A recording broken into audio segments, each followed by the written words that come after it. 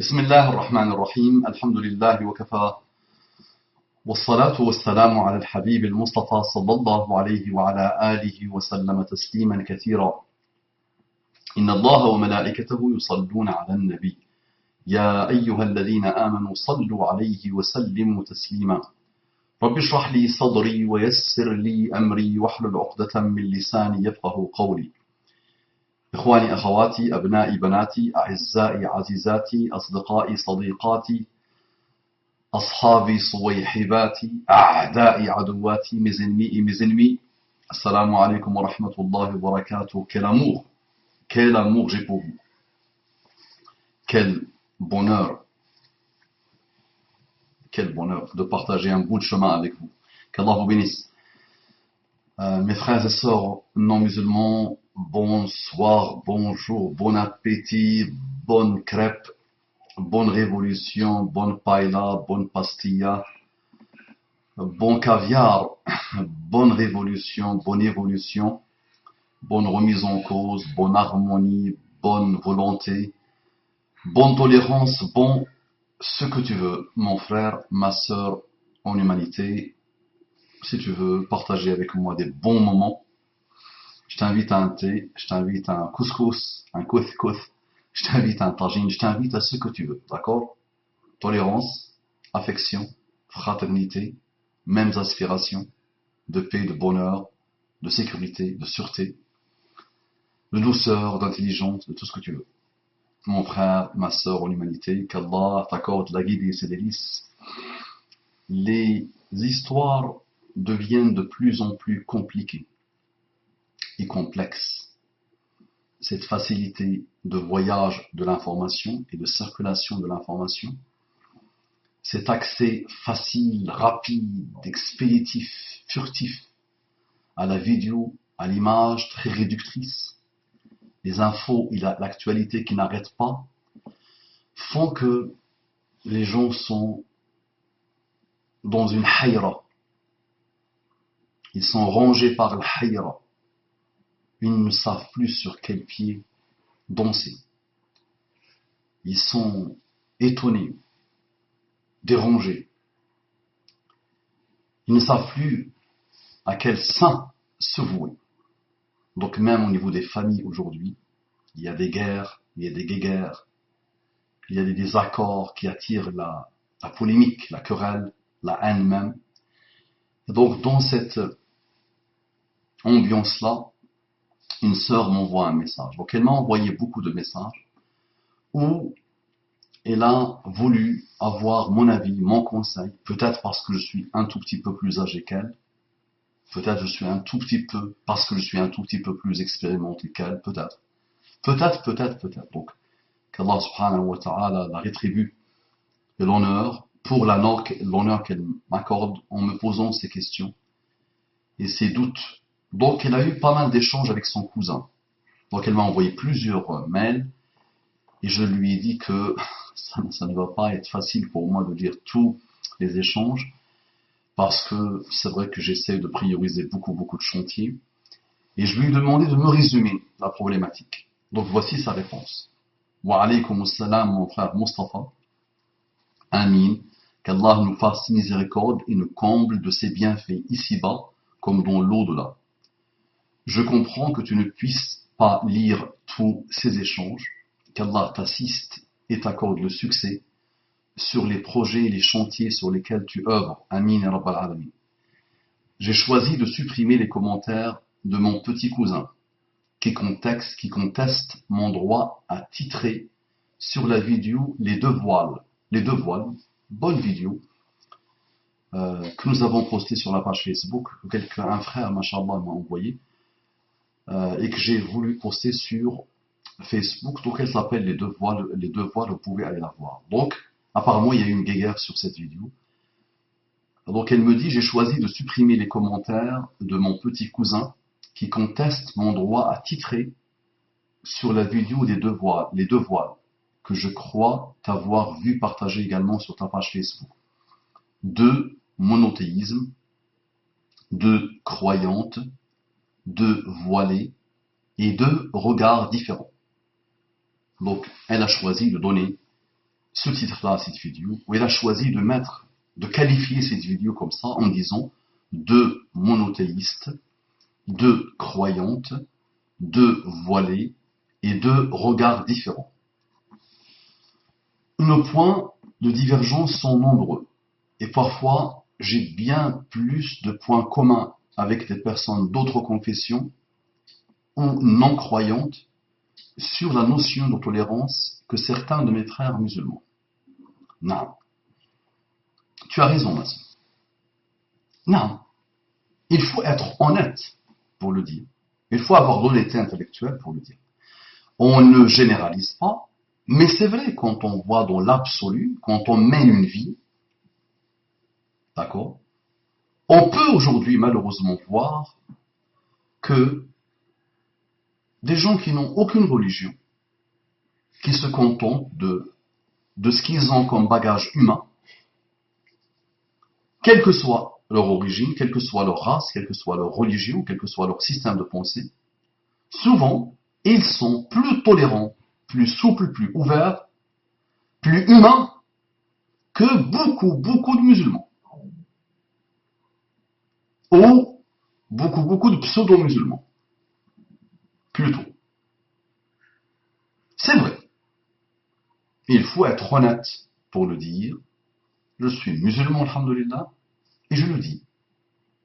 Et on l'observe, et chacun de vous l'observe. Et faisons un comparatif, et on va voir que nous sommes fermés, obtus, bornés, méchants.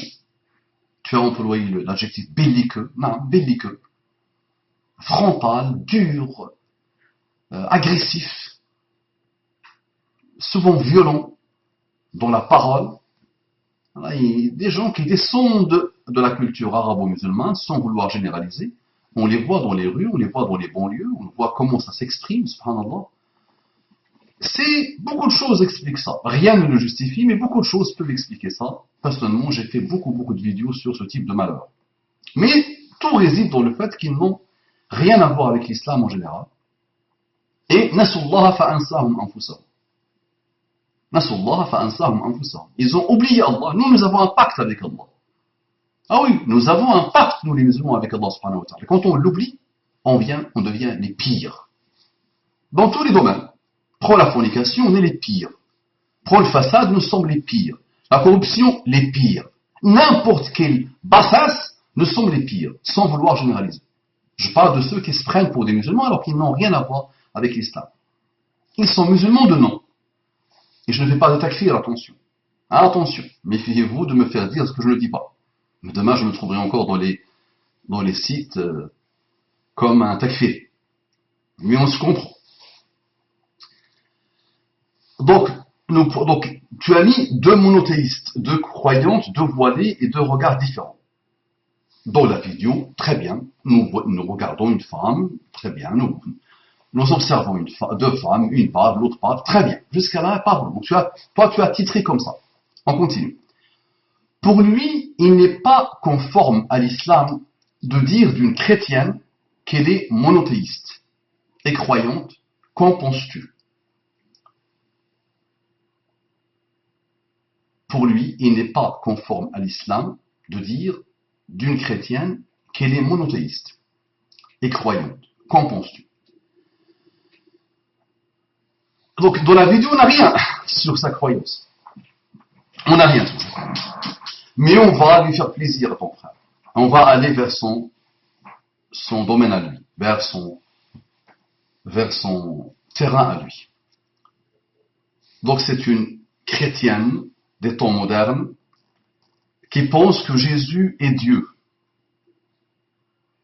Si elle pense que Jésus est Dieu, et si elle pense que Dieu est 3, Dieu égale à 3, mais 3 égale à 1, Père,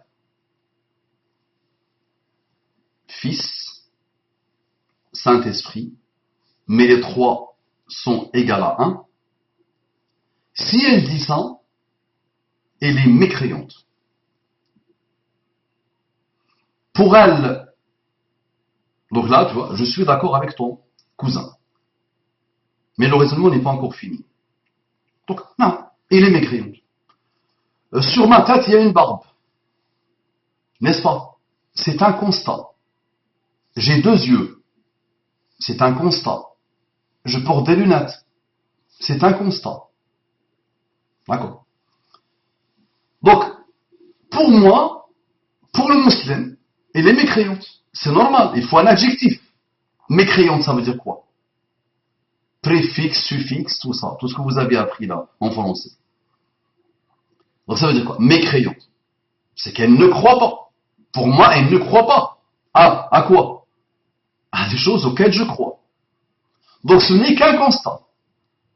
C'est un constat d'abord. Arrivons à la chose. Et c'est un constat, pas de problème.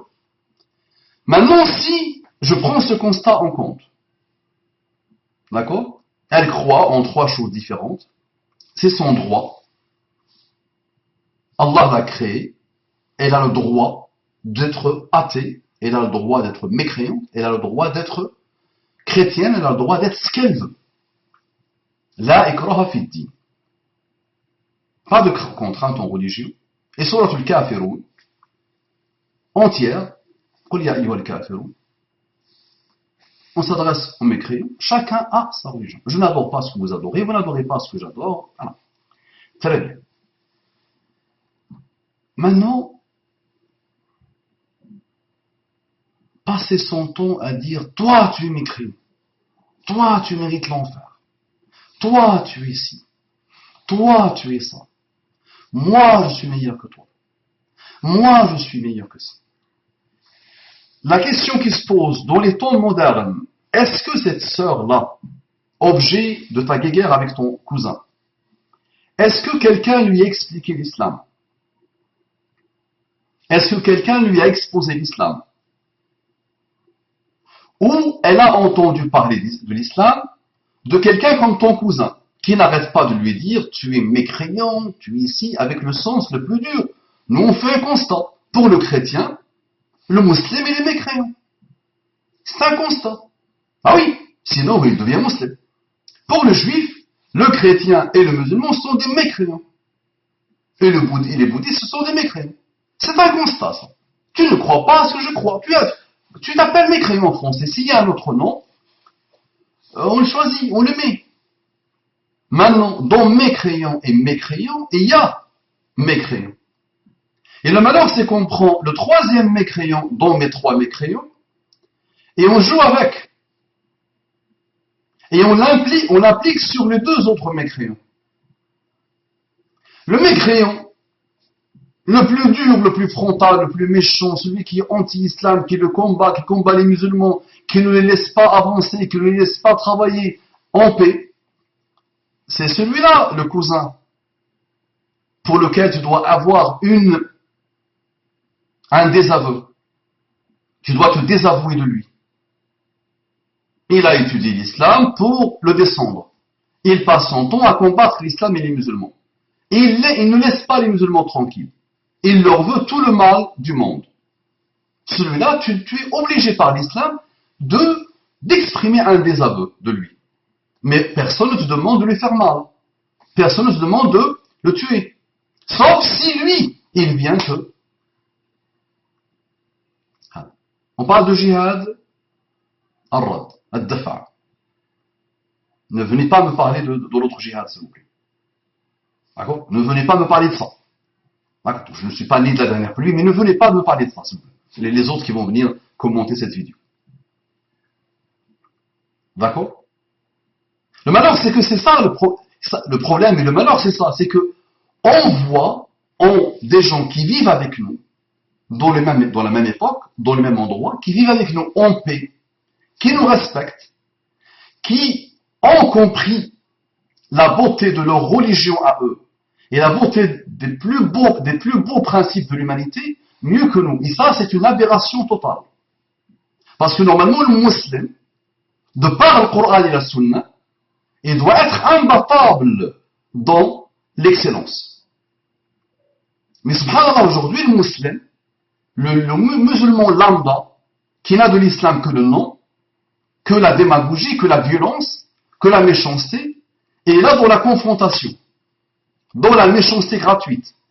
Alors que Facebook est ouvert, Alors que tout est ouvert aujourd'hui, tout peut être utilisé contre le musulman, et on attend avec impatience, le on impersonnel attend avec impatience n'importe quel mouvement pour dire voilà ce qu'ils disent, voilà quand ils discutent entre eux, qu'est-ce qu'ils disent.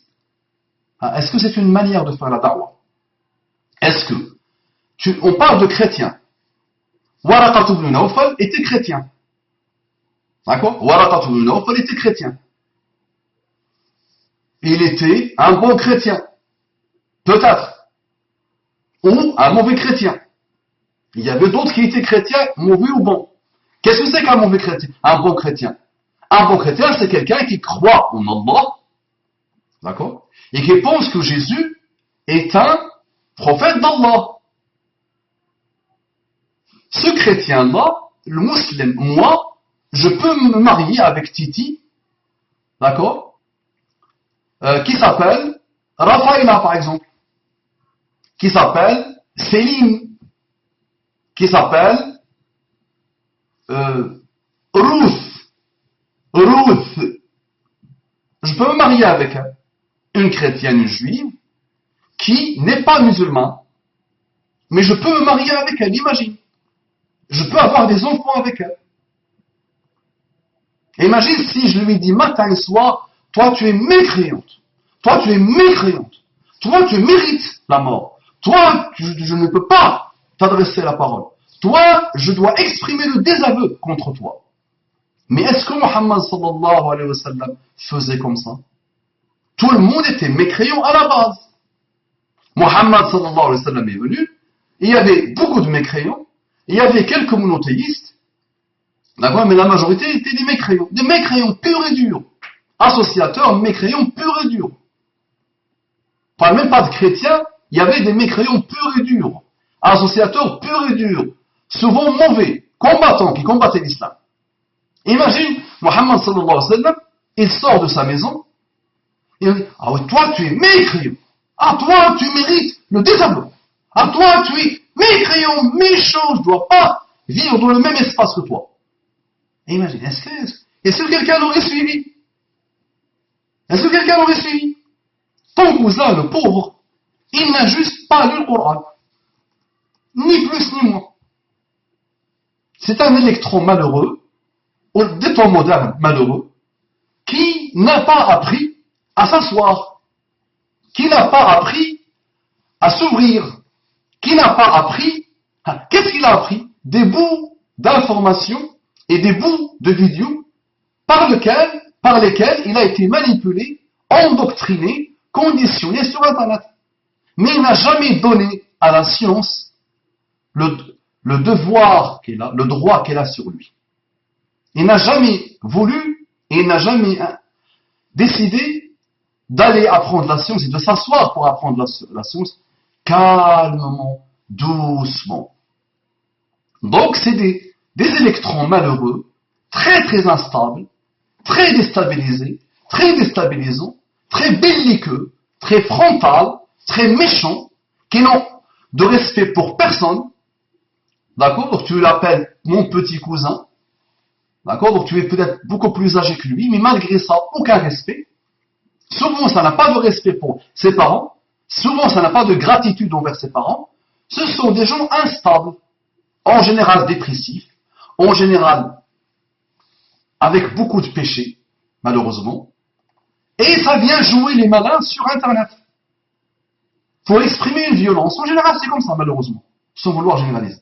Mais en général, la grande majorité écrasante de ces gens-là, c'est ça. Et je les pratique, attention, je ne parle pas, les amis, je les connais, je les côtoie, je reçois leurs lettres, je vois leurs dépressions, je vois, il y a des dossiers que je suis depuis des années.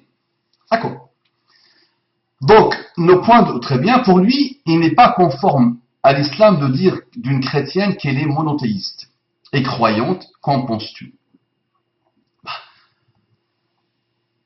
Monothéiste à partir du moment où il croit en Allah subhanahu wa ta'ala sans lui associer quelqu'un, elle est monothéiste, elle est croyante. D'accord. Maintenant, si elle lui associe quelqu'un, on a deux manières de faire. Soit on est belliqueux, méchant, frontal, dur, sur la défensive, et elle va s'enfuir, elle va dire, dans les valeurs que j'ai, chrétiennes, il n'y a que la paix, la bonté, la douceur et la gentillesse. Ces musulmans sont barbares dans leur manière de s'exprimer, barbares dans leur manière d'échanger, barbares dans leur manière de présenter leur religion. Ils sont durs et douloureux, ça ne correspond pas à ma personnalité. Et elle aura raison. La pauvre. Et en face d'elle, il n'y a que des imbéciles. Souvent, quand les reconvertis te parlent et te disent, j'ai rencontré quelqu'un qui avait une haute moralité, qui avait d'excellents comportements, et qui était doux, et qui m'a expliqué, et. Maintenant, tu es frontal, tu es méchant, mais c'est normal que personne ne te suit. Si les musulmans avaient le comportement qu'il fallait, on ne se posera pas la question, est-ce qu'il y a 5 millions, ou 12 millions, ou 10 millions de musulmans en France? Si les musulmans avaient la haute moralité, décrite par Allah dans le Coran, وَإِنَّكَ لَعَلَى خُلُقٍ عَظِيمٍ, aujourd'hui il y a 30 millions, ou 35 millions en France, de musulmans, apaisés et satisfaits de l'islam, et heureux et comblés. Et ils apporteront du bonheur à l'islam, et à la France, et aux musulmans, et à eux-mêmes, et à leur famille, et à la moralité, et à l'Europe, et au monde. Mais nous sommes dans un rapport méchant, douloureux, dur, agressif. Alors le Coran lui-même dit, nous avons, wa inna awiyakum la'ala hudan. Nous sommes, nous ou vous, soit sur une guidée, soit sur un égarement apparent. Extraordinaire. C'est le Coran qui parle. C'est celui du bien. C'est la personne du bien. C'est la personne qui porte le bien. Qui dit dans le Coran, wa inna awiyakum. Nous sommes, imagine, regarde la conversation, regarde la discussion, regarde le dialogue pur et purifié de l'islam. On débat, toi et moi, et je te dis, en entrée de jeu, que je suis sur la guidée, je suis au toit, soit moi, soit toi, nous sommes sur la guidée, ou sur un égarement apparent, bien visible, bien clair. Ça, c'est un slogan de vie. Ça veut dire, à la base, on débat, on dialogue. وَجَادِلْهُمْ بِالَّتِي هِيَ أَحْسَنُ, dit le Coran. وَجَادِلْهُمْ بِالَّتِي هِيَ أَحْسَنُ.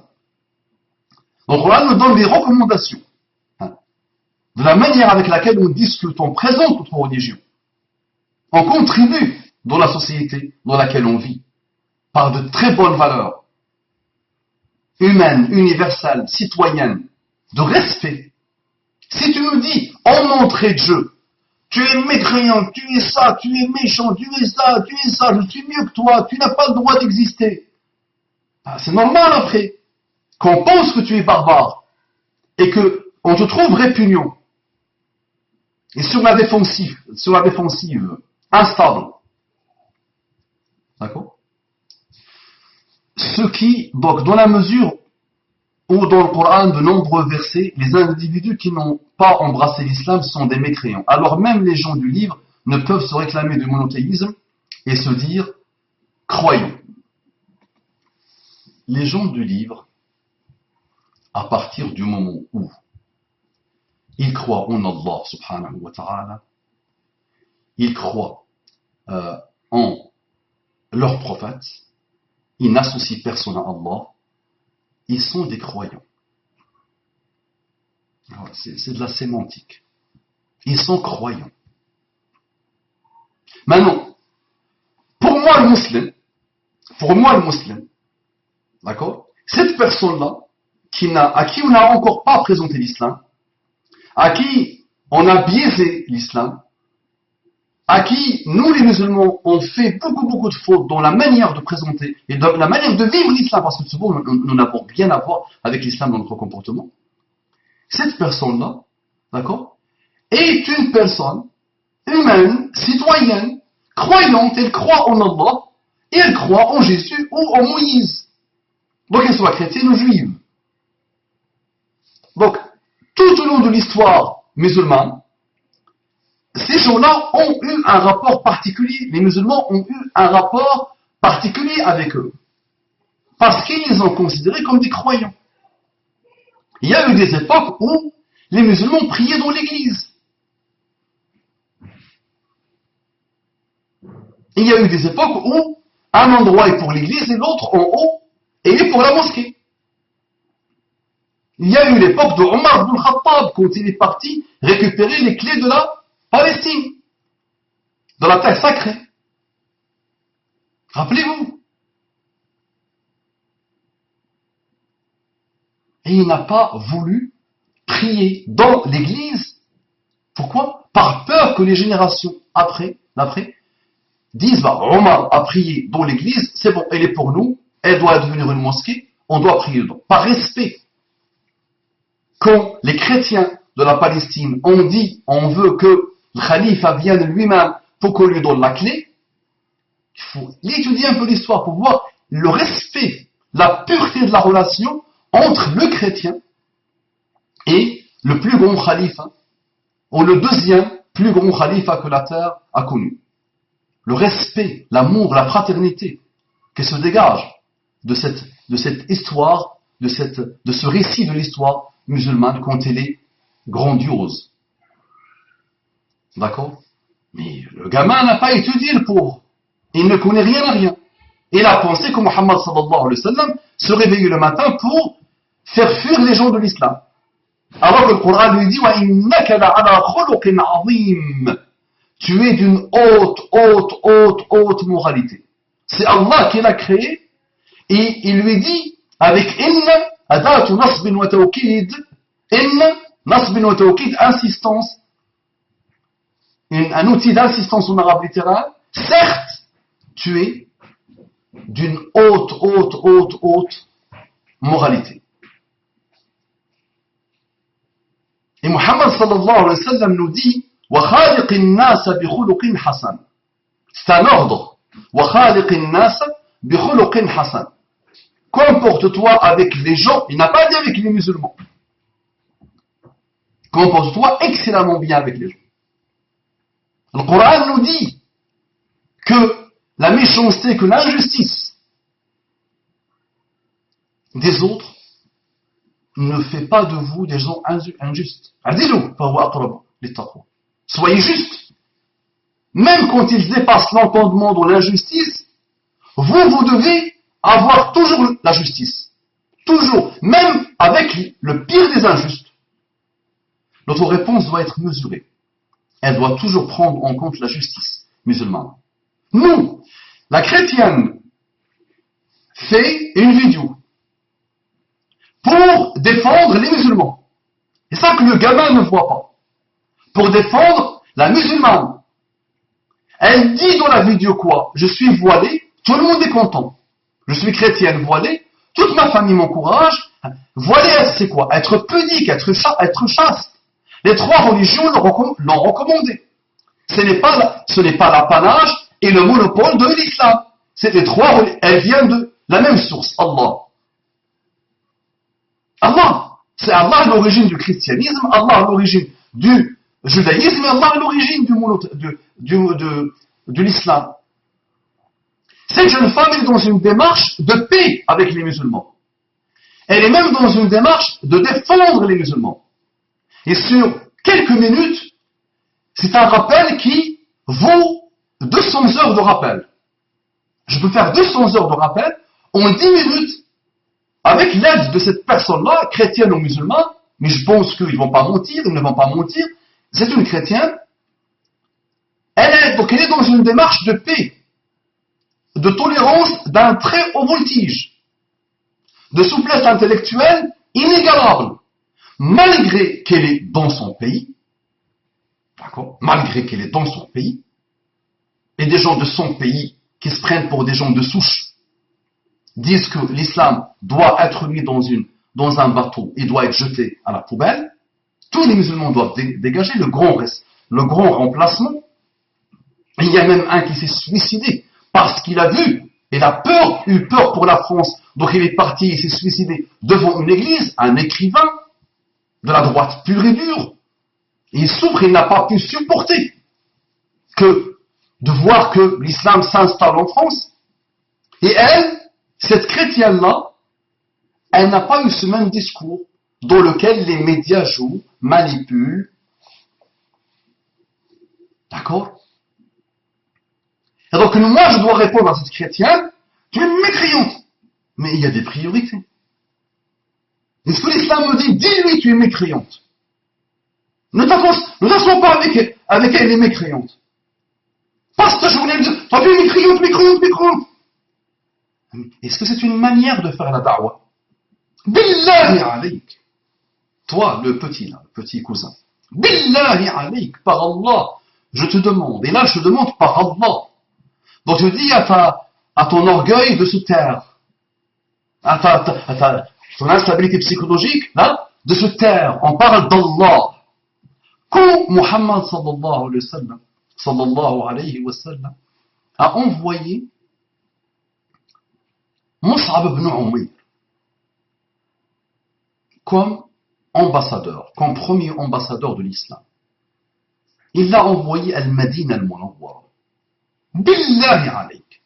Il y avait peu de musulmans dans le Madina, il y avait presque rien comme musulmans dans le Madina. Il l'a envoyé pour faire la da'wah. Billahi alayk. Je te pose la question. Est-ce qu'il est parti leur dire, ah toi tu es mécréant, toi tu es méchant, toi tu vas en enfer, moi je ne peux pas m'asseoir avec toi, moi je ne peux pas parler de toi en tant que toi. Est-ce qu'il a fait ça? Ou est-ce qu'il a eu un excellent comportement qui a été la cause de l'islam des premiers musulmans Ansar? Va étudier comment il a fait. Va étudier, va apprendre. Vous avez tout, mais vous n'avez pas le plus important, une volonté d'apprendre. Vous êtes des consommateurs. Le malheur, c'est ça, vous êtes des cons. Et je fais exprès de l'arrêter comme ça, sommateurs. Mais qui ont été consommés par Shaitan. Et qui l'ont tellement consommé qu'ils doivent vomir la haine, la violence, la méchanceté, le côté belliqueux, dur, frontal, bassement minable. Et c'est comme ça, c'est surtout ça la problématique. Donc il y a des manières de faire la da'wah. Et on doit choisir les meilleures manières, les plus belles des manières. Nous devons exceller dans la manière de faire la da'wah. En prenant en compte le contexte dans lequel nous vivons. Et en prenant en compte celui que nous avons en face. Billahi alayk aussi. Tu penses que Muhammad sallallahu alayhi wa sallam est sorti, il a dit, Allah, quelques versets de Coran, oh que c'est beau, oh là là là, que c'est beau, waouh, on doit tous devenir musulmans. Mais c'était pas comme ça. Il y a des sahaba avec qui il a passé des années et des années tous les jours, qui sont devenus après des grands sahabas, mais il a passé tous les jours, pendant des années et des années et des années, à essayer de leur faire da'wah. Tous les jours, avec le sourire. Il prenait les pires des mécréants et il les appelait par les surnoms qu'ils aimaient. Il y a Abul Walid. Donc, ils avaient des surnoms à l'époque, et lui, il prenait le prénom, le surnom que la personne aimait. Et là, c'était des mécréants, purs et durs, méchants, mauvais, qui travaillaient que pour saper l'islam avant même sa naissance. Et vous, des chrétiens, qui vous montrent qu'ils sont mieux que vous, et qui font des choses avec vous, et qui font des choses pour vous aider, et toi tu fais un cinéma total, malheureux, satanique, avec ta cousine qui est peut-être plus âgée que toi, pour de la sémantique. Mais quel mauvais théâtre satanique. Quelle mauvaise scène. La hawla wa la quwwata illa billah. Continuons. Il faudrait ouvertement dire, donc ce qui me convient, c'est que ma page Facebook sous cette vidéo ce qui ne me convient pas, c'est que ma page Facebook sous cette vidéo devient une tribune pour mon cousin de dire que tous ceux qui ne sont pas musulmans, on doit leur dire vous êtes des mécréants. Ah, bravo, bravo le petit. Eh ben va faire ça alors. Quel daïa, machin, quel prédicateur tu es, machin. C'est bien. Prends Facebook, vous êtes des mécréants. Ah, imagine quelqu'un qui vient me voir. Comme ça. Tu es un Mauritanien. Tu manges avec la main. Tu t'assois par terre. Ta civilisation à toi ne vaut rien. Dans ton désert, qu'est-ce que vous avez produit? Qu'est-ce que vous vivez comme des parasites sur le monde? Vous avez le côté tribaliste. Vous êtes raciste. Et vous êtes dans le côté tribal. Quelle discussion je peux avoir avec lui? Imagine, tu es d'origine algérienne, supposons. Et je viens te dire, tu es un Algérien. Berk. Moi, je n'aime pas l'Algérie. Berk. L'Algérie, ils ont le pétrole, ils ont le gaz. Ils ont beaucoup de richesses. Mais leurs meilleurs médecins mendient en France. Leurs avocats travaillent dans des chantiers en France. Quelle discussion je peux avoir avec toi? Attention, attention. Là, je le pousse un peu à l'extrême. Je donne quelques petits constats malheureux, mais je déforme un peu la manière. Quelle discussion tu peux avoir avec moi? Tout est fermé derrière, il n'y a plus rien. Et tu le vois avec ta cousine. Elle m'a envoyé une tonne de choses. Mais un langage de sourd. Il n'y a rien à faire. C'est fermé. Ça, même ta cousine, tu n'arrives pas avec elle. Et elle souffre. Elle souffre, la pauvre. Et elle veut te raisonner. Et ta cousine, vous avez peut-être joué ensemble, vous avez partagé de beaucoup de choses, vous avez le même tissu familial, et même ta cousine, tu n'arrives pas. Donc imagine quelqu'un à l'opposé de toi. À l'opposé. Une chrétienne que tu attaques à longueur de journée. Mais réveille-toi, s'il te plaît. Réveille-toi. Donc, il faudrait ouvertement dire, Allah nous a demandé de vous combattre. Et il nie le statut privilégié des gens du livre, et notamment les Coptes. Masha'Allah. Donc il faut qu'on leur dise sur Facebook, Allah nous demande de vous combattre. Anta jahil. Anta jahilun jahlan murakkaba. Anta jahil. Le gamin, il est ignorant. Wallah, il est ignorant. Il est ignorant total, lui, pauvre. Et il dit des choses sur Allah qu'Allah n'a pas dit. Donc imagine. Le malheur, c'est qu'il peut peut-être, lui, se trouver mécréant sans même se rendre compte, le pauvre. Et le malheur pour lui, pour la majorité des musulmans des temps modernes, c'est qu'ils ne savent même pas ce que c'est qu'être musulman. Ah non, c'est ça le malheur pour moi. C'est que souvent je me dis, et c'est une grande souffrance, quand j'observe quelques musulmans et pas mal de musulmans, c'est que finalement, mais qu'est-ce qui fait qu'il est musulman? C'est quoi qui fait qu'il est musulman? Comment il a compris l'islam? Est-ce qu'il s'est rendu compte vraiment de ce que c'est que l'islam? Alors attention. Ah, danger, danger. Danger, danger. Aïe, aïe, aïe, aïe, aïe, aïe. D'accord? Il faudrait vraiment dire Allah. Non. Cette chrétienne, Allah ne te demande pas de la combattre. Ya Allah. Ya Allah. Maintenant, soit tu es orgueilleux à mort, soit tu vas dire, oh oui, je me calme. Ah oui, mais il y en a jahil. Mais jahil murakkaba. Je suis ignorant, ignorance composée, c'est pire. Jahil, pourquoi pas? Mais jahil murakkaba, c'est-à-dire que tu ignores que tu es ignorant. Phénoménal. Et le pire de tout ça, c'est que tu ignores que tu es ignorant, et quand on essaye de te raisonner, tu dis, je suis le savant de la planète, vous êtes tous des koufars, des mécréants, des hypocrites, vous n'avez rien compris. Des vendus, des frustrés, ce que vous voulez. Pourquoi pas le gamin? À toi de voir. Le gamin même à 40 ans, 50 ans, un chapelle gamin. T'as quel âge, je ne sais pas. Mais le gamin c'est ici. D'accord? Et il y a eu des sahaba de 10 ans, il vaut 1 million d'hommes, ou plus d'1 million d'hommes de 60 ans. Les gars, avec qui Mohammed sallallahu alayhi wa sallam a échangé, a discuté, et c'est eux qui ont installé l'islam partout dans le monde, alhamdulillah.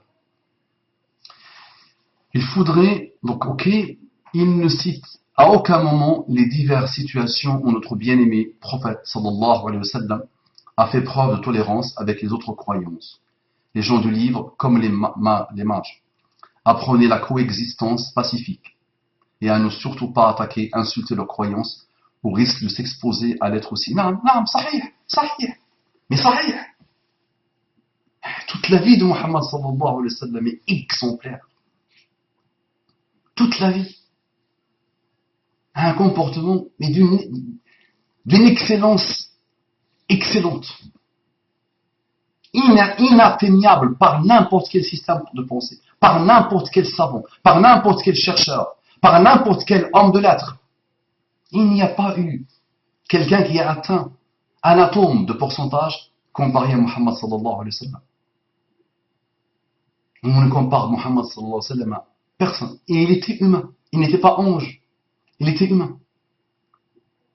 Mais des gens comme ce monsieur veulent voir en Muhammad sallallahu alayhi wa sallam, et ils sont pires que les pires caricaturistes. Ils ont imaginé une caricature sanguinaire, méchante, bizarre, obtus, bornée, dans leur cerveau, et ils veulent la présenter à l'humanité. Et après, ils s'étonnent que les autres disent les musulmans sont barbares et méchants et mauvais, sanguinaires. Mais c'est en après, ils se mettent sur la défensive. Cercle vicieux à l'infini.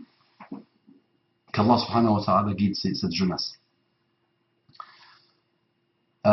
Donc, ok, l'attitude à retenir en la matière du Coran comme de la Sunna, à mon sens, c'est de se retrouver avec les êtres autour des valeurs communes, que de polémiquer que sur les points de divergence. Non, sahih. Sahih.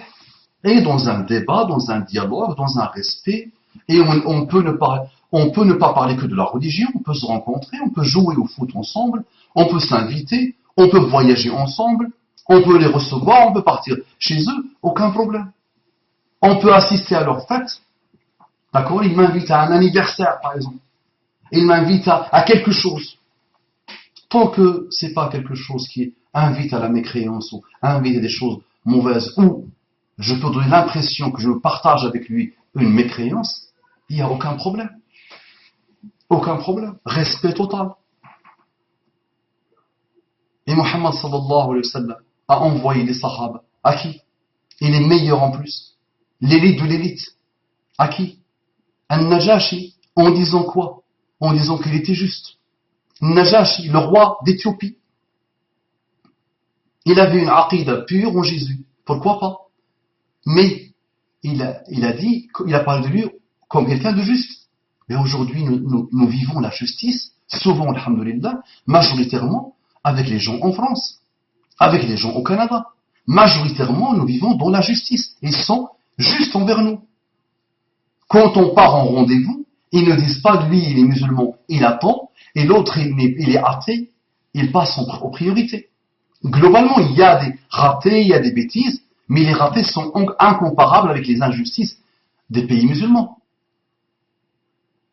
Donc nous vivons en paix avec eux. Pourquoi leur vouloir la guerre?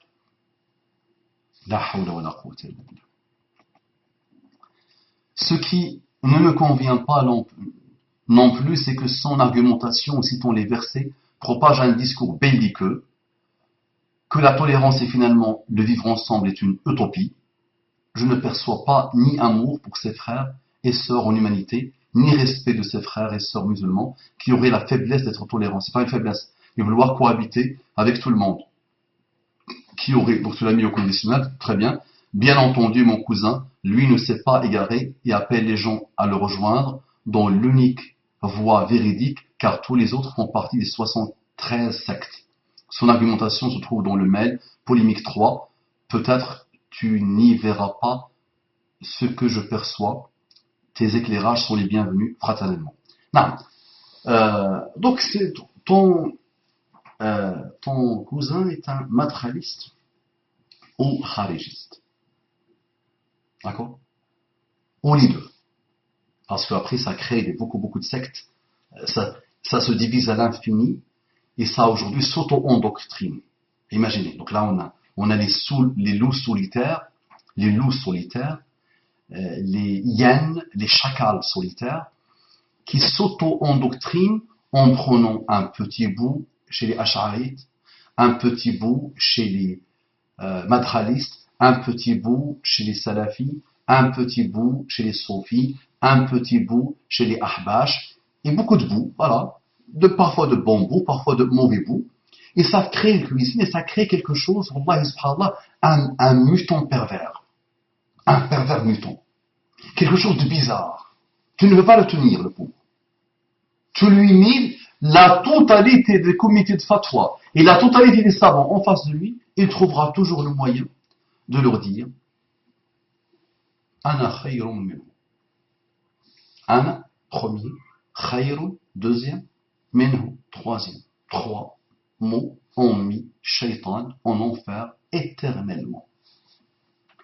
Alors, il comprend lui mieux que les autres. Point. Mutakabbir, kibr total, le kibr total, l'orgueil total. D'accord? Ni plus ni moins. Donc ma soeur, tu peux essayer comme tu veux. Tant qu'il ne veut pas se débarrasser de l'kibr. Après, ma vidéo à moi va le déstabiliser un peu, il va m'insulter encore, très bien.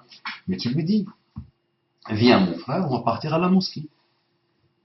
Viens mon frère, on va parler avec nos parents. Viens mon cousin, on va parler avec nos parents. On va faire une réunion familiale. Mais non, il ne peut pas faire ça. Il sait, lui, derrière l'identifiant sur Facebook. Quelle dégénérescence, subhanallah. Quelle dichotomie dans le cerveau. Dichotomie à l'infini. Les fractales dans la tête, les pauvres. Ils ont les fractales. Ça part dans tous les sens. Mais au moins, les fractales, c'est beau. Ça fait une très belle chose après. Eux, ils ont des fractales mauvaises. Comme les tumeurs. Ils ont des tumeurs au cerveau et dans le cœur. Et dans l'âme, subhanallah. D'accord? Donc, bismillah, dis-lui, on s'assoit, mon frère, mon cousin, on fait une petite réunion familiale, dans la joie et le bonheur et le respect. Mais il ne sait même pas, ton cousin, il ne sait même pas tenir une discussion avec son propre petit frère, ou sa propre petite sœur, ou son frère qui a son âge, ou son ami. Il ne peut même pas tenir une discussion de 5 minutes sans commencer à hurler. Et comment tu veux? Mais là, il a trouvé le bonheur à l'infini, se cacher derrière un identifiant, et quel bonheur. Et il se trouve à ce moment-là. Il existe. Il existe, le pauvre. Alors qu'il est mort, zombie. Mort vivant, zombie. Et c'est faux de dire mort vivant. Parce que le mort, quel bonheur. Le vivant, mais quel bonheur. Lui, c'est quelque chose. Il est shaitan mutakabbir. Un shaitan orgueilleux. Shaitan a pendu dans sa tête et dans son cœur. A fait des œufs dans son cœur. Donc c'est ça les sectaires, ma sœur. Quoi que tu leur dises, ils ne veulent pas. On a tendance à mettre le mot adolescence sur une période de la vie pour dire que toutes les fautes qu'une personne fait, c'est l'adolescence. Je n'aime pas ça.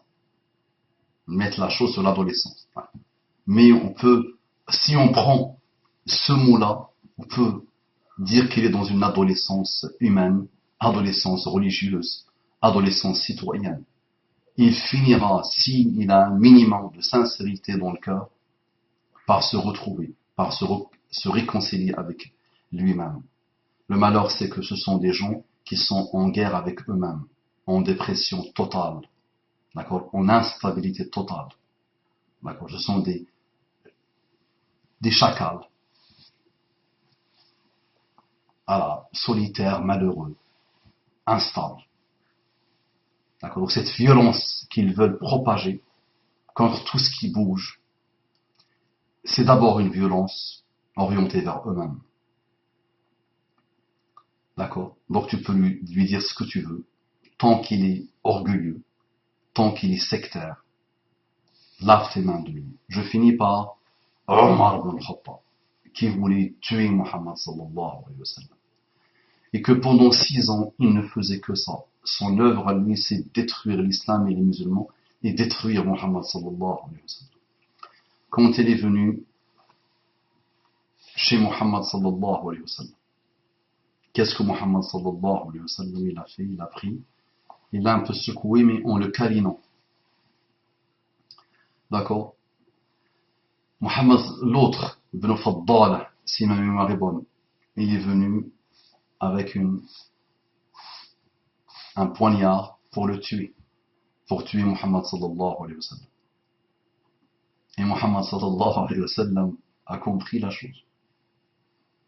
Et il lui a dit, non, il l'a touché.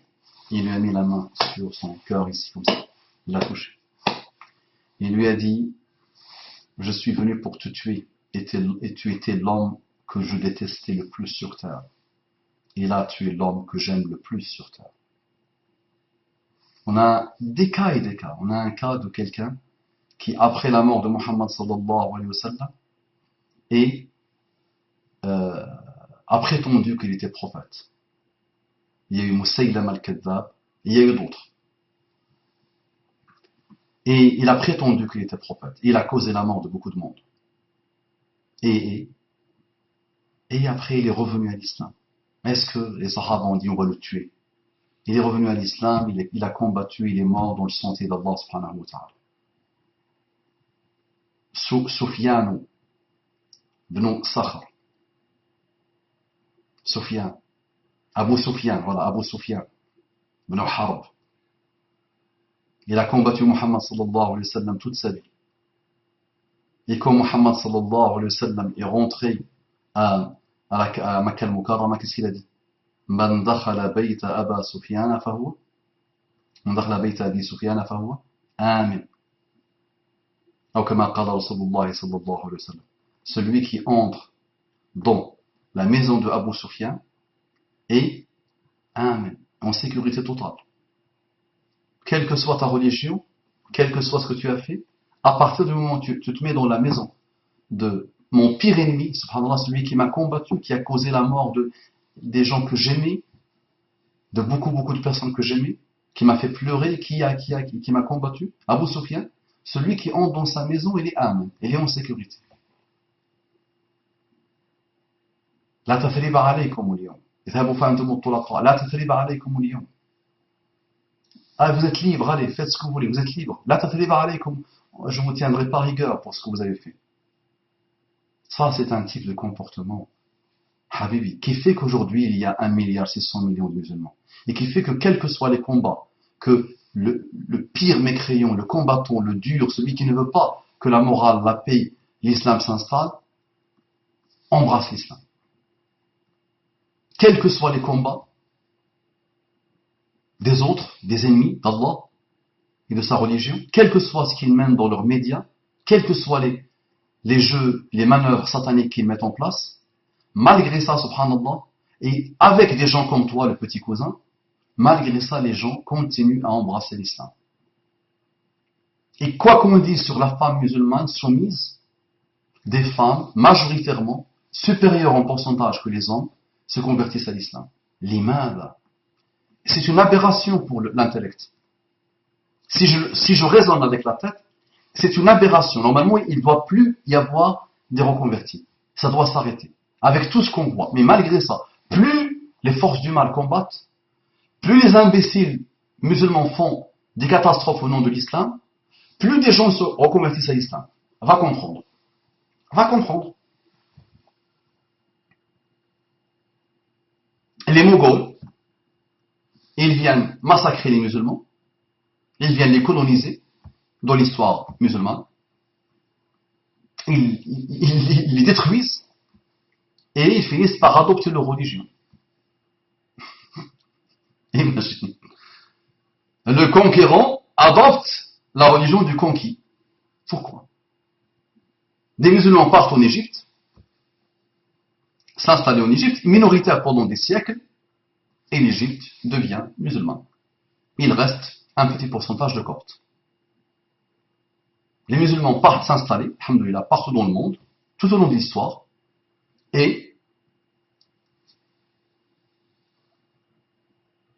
les gens se reconvertissent. L'Indonésie se reconvertit à l'islam grâce à quoi? Le plus grand pays musulman au monde aujourd'hui. Pourquoi il s'est reconverti à l'islam il y a longtemps? Pourquoi? Grâce et à cause du comportement des commerçants musulmans. Donc il y avait peu de musulmans qui venaient commercer avec eux, et le comportement excellentissime des commerçants musulmans a été la cause de la reconversion de l'Indonésie. Imagine s'ils partaient leur disent: ah toi Kofa, toi méchant, je ne dois pas commercer avec toi, toi tu es impur, je dois te saluer avec la main gauche, ah wawa, ah balala, ah kapa kapa. Et les tue, au revoir, dégage, au revoir. Mais alhamdulillah, plus de 200 millions de musulmans aujourd'hui dans le monde, et la majorité écrasante des musulmans se trouve où? En Asie. En Asie. Donc, qu'est-ce que tu me racontes, le petit cousin? Va te remettre en cause, s'il te plaît. Et va apprendre surtout. Et si tu n'apprends pas, essaye au moins d'avoir un minimum de comportement humain, citoyen et musulman. Parce que de 0 à 15, tu n'as pas encore fait le choix de l'islam. Et on t'apprend al-muru'a, on t'apprend le comportement. Tes parents, peut-être tu es ingrat envers tes parents, de 0 à 15, ils t'ont appris de respecter l'autre. Ça, c'est une valeur d'abord humaine, universelle, citoyenne, de bon sens. Je ne dois pas entrer dans le bus et hurler dans le visage des gens. Je ne dois pas me mettre dans un endroit et fumer la cigarette. Et je ne dois pas. Il y a des choses, c'est le bon sens, la civilité. D'accord? Et parmi les choses de bon sens, c'est de se comporter bien avec les gens. Tu rentres dans le métro, tu respectes les gens dans le métro. Par exemple. Donc quand tu rencontres quelqu'un, tu ne commences pas par lui dire, ou surtout sur Facebook, où c'est vu par tout le monde, où ça peut être déformé. Tu dis: attends, il faut dire qu'ils sont tous koufars. Il faut dire qu'on doit les combattre. Et tu veux en plus, s'il est comme toi, je suis en train de préparer une vidéo que je vais intituler: je suis Zemmour, je suis Onfray, je suis Alain Krot, Alain Krot, je suis Welbeck. Je vais te dire, finalement, il réfléchit comme toi. Finalement, c'est humain ça. Et il te dégage, allez. Et le même système de pensée que toi. C'est toi le musulman. Tu veux sa mort, tu veux sa destruction, tu veux le combattre, mais tu es dans son pays, allez, qu'il te dégage. Parce que finalement, c'est normal, non? Je suis Welbeck, alors. Je suis Zemmour, je suis Onfray, je suis Finkrot, ou crotte. Et même ça, c'est méchant de ma part. Là, c'est vraiment méchant. Là, Finkelkraut. Finkelkraut. Parfois, je suis un peu méchant. Tu m'excuseras. Finkelkraut. Je m'excuse. Finkelkraut, je m'excuse. Ok? Kraut, c'est méchant. Les amis, ma sœur, continue. Qu'Allah te bénisse. Supporte-le doucement, gentiment, Inch'Allah. Qu'Allah te guide, le petit cousin. Un jour, tu viens boire un thé avec moi, Inch'Allah. Je t'embrasserai. Je ferai des bisous ici, un bisou ici, un bisou ici. D'accord? Je te ferai un câlin et je te tirerai les oreilles. Parce que là, tu es un peu dans la dérive. D'accord? Le système de pensée, il a été pourri. Donc, méfie-toi de Facebook, de YouTube, de tout ça. Va apprendre. Assieds-toi avec ton père ou ta mère et demande-leur de t'apprendre. L'iman de la fitra. L'iman de la fitra. Dis à ton père et ta mère et ta famille de t'apprendre l'iman de la fitra. La foi, la croyance de la fitra, de la pureté de l'âme. Ok? Et va étudier la biographie de Muhammad sallallahu alayhi wa sallam parce que tu ne l'as jamais étudiée. Va l'étudier. D'accord? Et va étudier le Coran parce que tu ne l'as jamais étudié. Peut-être tu ne sais même pas dire une sourate en arabe. Al-Fatiha elle-même, je suis sûr et certain que tu n'arrives pas à la dire en arabe littéral. Donc va apprendre. Assalamu alaikum wa rahmatullahi wa barakatuh.